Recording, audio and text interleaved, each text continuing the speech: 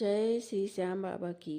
टूटी झोपड़ी में बीमार महेश अपनी दो बच्चों के साथ रहता था। उसके साथ उस झोपड़ी में श्याम बाबा की एक तस्वीर भी साथ रहती थी, जिस पर महेश को अटूट विश्वास था।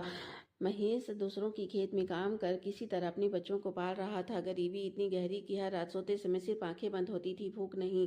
हर सुबह बच्चों की आंखों में सिर्फ एक ही सपना होता था, पढ़ने का। जब वे अन्य बच्चों को पढ़ते देखते, बड़ा बेटा सड़क के किनारे बैठकर मिट्टी पर अपनी उंगली से अक्षर अक्षर बनाता था, जैसे जमीन ही उसकी कॉपी हो।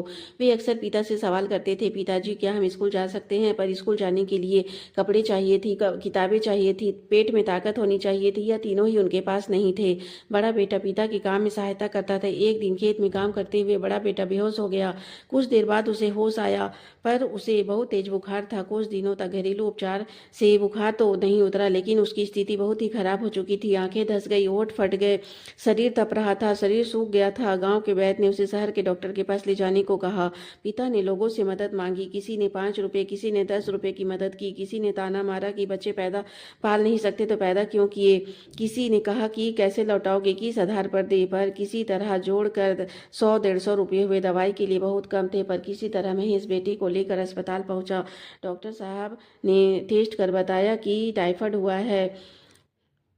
दवा बहुत महंगी थी। उसने हाथ जोड़े, अपमान सहे, फूट फूट कर रो पड़ा। आसपास के लोग देखने लगे। एक बुजुर्ग व्यक्ति ने कहा कि बेटा, तू खाटू श्याम बाबा को जानता है? हाँ जानता हूँ, पर बाबा मेरी सुनते नहीं। बुजुर्ग ने कहा, बाबा हारे का सहारा है बेटा। पूरी तरह जो हार जाता है, बाबा उसका हाथ जरूर पकड़ते हैं।